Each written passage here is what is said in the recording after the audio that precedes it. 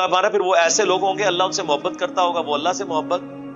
اہل ایمان کے لیے نرم دل ہوں گے، کافروں پر سخت ہوں گے، اللہ کی راہ میں جہاد کریں گے، کسی ملامت کرنے والے کی ملامت کی پھر وہ پرواہ نہیں کریں گے۔ تم تو پھر کوئی رکھ رکھاؤ کرتے ہو نا، وہ بالکل ننگی تلوار ہو۔ اور آپ یہ دیکھ لیں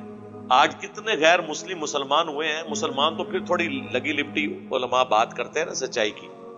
وہ بالکل اسٹریٹ فارورڈ ہے، اور کسی ملامت والے کی وہ ملامت کی پرواہ نہیں کرتے۔ کتنے انٹرنیشنل اسپیکر ہیں آپ دیکھیں، عبد الرحیم گرین انگلینڈ کے اندر، انہوں نے کہا کہ میں جب مسلمان ہوا تو لوگ کہتے ہیں جی پاکستان اسلام کا قلعہ ہے، کہتے ہیں میں جب پاکستان آیا ہوں تو میں تو اس طرح سے پہنچا ہوں کہ یہ شرک کا گاڑا ہے۔ اب یہ بات تو پاکستان کے اہل حدیث نہیں کہہ سکتے کہ پاکستان جو ہے شرک کا گاڑا ہے، کیونکہ انہوں نے یہاں رہنا ہے، اس کو کوئی پرواہ نہیں ہوتی۔ ابھی جو ہے میں وہ بات کروں گا، اگر میں کرسچینٹی کا شرک چھوڑ کے آیا ہوں تو اب میں نے یہاں آ کے شرک کرنا ہے؟ بلکہ انگلینڈ تو خود شرک کا گڑھ بنا ہوا ہے، جتنے پاکستان میں پیر موجود ہیں ان کی فرنچائزیز وہاں پہ موجود ہیں۔ ہمیں تو کئی ایک واقعات مطلب فرسٹ ہینڈ نالج کے پتہ ہے کہ کئی بیچارے کرسچن مسلمان ہوئے ہیں قرآن پڑھ کے، وہ تو سمجھے کہ قرآن کی جو توحید ہے یہی مسلمانوں کی توحید ہے، ان کو کیا پتا کہ پریکٹیکلی تو بہت کم مسلمانوں کی توحید ہے۔ میلاد کے مہینے میں وہ ایک گورا جو ہے مسلمان ہوا، نیو مسلم، وہ جا کے اس نے جمعہ ایک بریلویوں کی مسجد میں انگلینڈ میں پڑھا، اور وہ زمین و آسمان کی کتابیں اللہ کے نبی صلی اللہ علیہ وآلہ وسلم کے لیے ملا رہا تھا۔ اینڈ پہ اس نے مولانا صاحب سے پوچھا کہ حضرت یہ جو باتیں آپ کر رہے ہیں یہ کوئی تو حضرت عیسیٰ کے بارے میں کرتے تھے، جبکہ قرآن تو یہ باتیں نہیں کر رہا۔ اب ان کو کون بتائے کہ یہ جو علماء ہیں یہ ان کے ماننے والے، یہ تو بابوں کے دین پہ ہیں، کتابوں کے دین پہ تو ہے ہی نہیں ہے۔ اور جو غیر مسلم مسلمان ہو رہے ہیں وہ تو کتابوں کی وجہ سے ہو رہے ہیں۔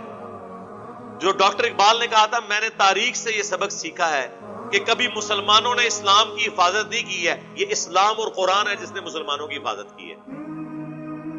تاتاریوں کا جو فتنہ تھا اس کے آگے کوئی بند نہیں باندھ سکا، اس طریقے سے انہوں نے ملیا میٹ کر کے رکھ دیا پوری دنیا کو، کوئی پاور نہیں ان کے آگے کھڑی ہوئی، سلطنت عباسیہ کو کچل کے رکھ دیا، کیا مسلمان کیا غیر مسلم، لیکن اس کو فتح کیا اسلام نے۔ وہی چنگیز خان کا پوتا مسلمان ہو گیا، کعبے کو مل کے باسما سنو خانے سے، اور آج سلطنت عثمانیہ جو اب 650 سال تک مسلمانوں کی حکومت ہے وہ ٹرک ہی ہے، ٹرک جو ہے وہ منگولوں کی اولاد ہے۔ یہاں پہ بھی آپ کو جو مغل نظر آ رہے ہیں جو 200-250-300 سال یہاں پہ حکومت، ٹرک ہی ہے۔ ہمارا مغلیہ خاندان ہے، منگولوں کی اولاد،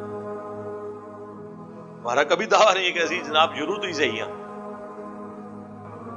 تو اللہ تعالیٰ اٹھاتا ہے اپنے بندوں کو، کوئی فرق نہیں پڑتا اللہ کو۔ اللہ نے تو بخاری مسلم میں حدیث ہے اللہ فاسق سے بھی دین کا کام لے لیتا۔ تو پھر جو لوگ ادھر سے آتے ہیں نا، پھر وہ کسی ملامت کرنے والے کی ملامت کی پرواہ نہیں کرتے، وہ پھر جسے کہتے ہیں نا، یہ کہتے ہیں نا ٹنا ٹن سنی، وہ ٹنا ٹن مسلم ہوتے ہیں۔ یہ لوگ کہتے ہیں تھوڑا سا کمپرومائز کریں، ذرا ہاتھ ہلا رکھیں، یہ وہ، قرآن تو کچھ اور ہی بات کر رہا ہے۔ قرآن تو صحابہ کرام کو کہہ رہا ہے کہ اگر تم میں سے کوئی دین سے پھر گیا تو یاد رکھنا اللہ پھر ایسی قوم لائے گا کہ وہ دین سے پھرنے کے اسباب کیا ہو سکتے ہیں جو آگے بتائے گئے کہ وہ کسی ملامت کرنے والے کی پھر ملامت کی پرواہ نہیں کریں گے۔ یہاں پہ بھی آپ دیکھیں کتنے لوگ ہیں جو وقتی منفعت کی خاطر اپنا مسلک بدل لیتے ہیں، اپنے نظریات بدل لیتے ہیں، کوئی ڈر کے بدل لیتا ہے، کوئی پیسے کی لالچ میں بدل لیتا ہے، کوئی فیملی پریشر کی وجہ سے۔ لیکن اللہ طرف ہمارا ہے کہ جب ہم کسی کو مسلط کریں گے نا پھر تم لوگوں کے اوپر، پھر وہ کسی ملامت کرنے والے کی ملامت کی پرواہ نہیں کریں گے۔ اور یقیناً ایسے لوگوں نے پھر ثابت کیا جی، حقیقت بات ہے، ایسے انہوں نے اپنے معاملات سیدھے کیے ہیں کہ میں کہتا ہوں کہ بعض تابعین کی ایسی غیر معمولی خدمات ہیں دین کے لیے جہاد کے طور پر کہ شاید